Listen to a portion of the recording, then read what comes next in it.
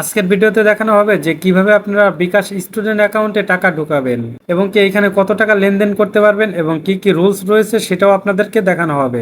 So ভিডিওটি অনেক গুরুত্বপূর্ণ হতে চলেছে, তো ভিডিওটি সবাই মনোযোগ সহকারে দেখতে থাকুন। আর এই চ্যানেলে যদি নতুন হয়ে থাকেন তাহলে চ্যানেলটি সাবস্ক্রাইব করে পাশে থাকা অল বাটনে ক্লিক করে রাখুন। তো আমরা এখান থেকে দেখব যে আমরা বিকাশ স্টুডেন্ট অ্যাকাউন্টে কত টাকা লেনদেন করতে পারবো এবং কি বিকাশ স্টুডেন্ট অ্যাকাউন্টে আমরা কিভাবে টাকা ঢোকাবো। তো এই জন্য আমি বিকাশ অ্যাপসে চলে আসছি। এখান থেকে তাদের শর্তাবলীগুলো আমরা দেখব এবং আমাদের সুবিধাগুলো আর কি দেখব যে আমরা কি কি সুবিধা পাইতেছি এবং কত টাকা লেনদেন করতে পারবো। সো প্রথমত আপনাদেরকে বলি যে আপনারা কত টাকা লেনদেন করতে পারবেন আর কিভাবে টাকা ঢোকাবেন সেটা আমি লাস্টের দিকে বলে দেব। তো প্রথমত আমাদের লেনদেনের বিষয়টা দেখব, যে এখানে দেখেন আমাদের লেনদেনের কিন্তু একটা চার্ট দিয়ে দিচ্ছে, আমরা কিন্তু এখান থেকে সবকিছু দেখতে পারবো। দেখেন এইখানে বিকাশ স্টুডেন্ট অ্যাকাউন্টে দৈনিক আমরা কত টাকা লেনদেন করতে পারবো এবং মাসিক কত টাকা লেনদেন করতে পারবো। দেখেন আমরা প্রথমটা দেখব ক্যাশ আউট। সো আমরা ক্যাশ আউট প্রতি মাসে 25,000 টাকা পর্যন্ত করতে পারবো, তার বেশি কিন্তু পারবো না। আর এমনি পার্সোনাল যাদের অ্যাকাউন্ট আছে, যাদের হচ্ছে এনআইডি কার্ড দিয়ে খোলা, যাদের পার্সোনাল অ্যাকাউন্ট আছে। আচ্ছা আমি একটা কথা বলতে ভুলে গেছি যে আপনাদের বিকাশ অ্যাকাউন্ট এবং পার্সোনাল অ্যাকাউন্টে কিছু পার্থক্য রয়েছে। সেটা হচ্ছে আপনাদের যদি কারো জন্ম নিবন্ধন দিয়ে খোলা থাকে, মানে 14 বছর থেকে 18 বছরের ভিতরে যাদের খোলা আছে জন্ম নিবন্ধন দিয়ে, তাদের হচ্ছে বিকাশ স্টুডেন্ট অ্যাকাউন্ট। আর যাদের এনআইডি কার্ড দিয়ে খোলা, মানে 18 বছরের উপরে যাদের হয়েছে, তাদের হচ্ছে পার্সোনাল অ্যাকাউন্ট। সো পার্সোনাল আর স্টুডেন্ট বিকাশ অ্যাকাউন্টের ভিতরে কিন্তু অনেক পার্থক্য রয়েছে। সো আমি শুধু আপনাদের স্টুডেন্ট বিকাশ অ্যাকাউন্টের ভিতরে যা যা আছে সেটা আপনাদেরকে বলবো। দেখেন যেটা বলতেছিলাম সেটা হচ্ছে আমরা দিনে ক্যাশ আউট করতে পারবো সর্বোচ্চ 5,000 টাকা এবং মাসে ক্যাশ আউট করতে পারবো 25,000 টাকা এবং এইখান থেকে আমরা মোবাইল রিচার্জ করতে পারবো 2500 টাকা দিনে। দিনে 2500 টাকা পর্যন্ত কি এখান থেকে মোবাইল রিচার্জ করতে পারবো এবং কি 5,000 টাকা প্রতি মাসে করতে পারবো। এর থেকে বেশি কিন্তু আমরা এখান থেকে পারবো না। তো তারপর হচ্ছে আমরা সেন্ড মানি করতে পারবো কত, 5,000 টাকা, মানে দিনে 5,000 টাকা পর্যন্ত কি এখান থেকে সেন্ড মানি করতে পারবো এবং প্রতি মাসে পারবো কত, 15,000 টাকা পর্যন্ত।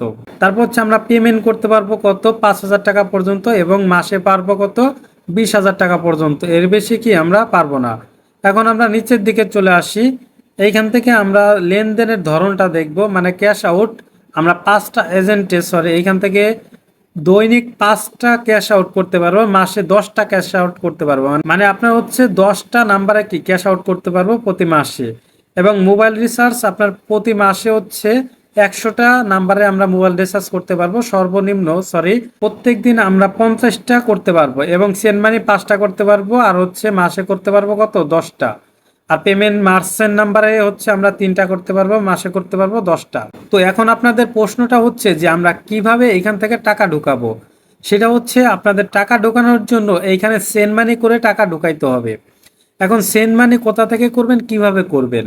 দেখেন আপনাদের যাদের পার্সোনাল অ্যাকাউন্ট আছে, মানে আপনার যদি কোনো গার্জিয়ানের অ্যাকাউন্ট থাকে বা হচ্ছে আপনারা দোকান থেকে কারো পার্সোনাল অ্যাকাউন্টে টাকা নেবেন, সেইখান থেকে সেন্ড মানি করবেন।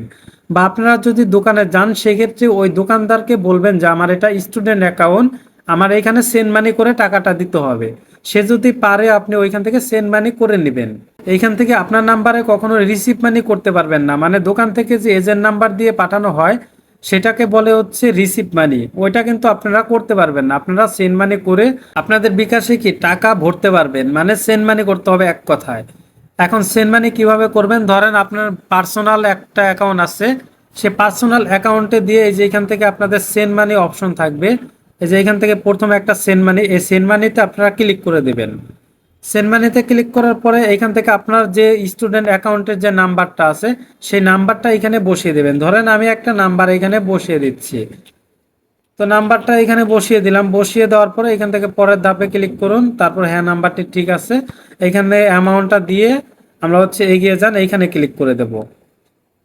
আচ্ছা আমার এইখান থেকে ব্যালেন্স নাই, আচ্ছা এইখান থেকে আমরা এগিয়ে যান, এইখানে ক্লিক করব।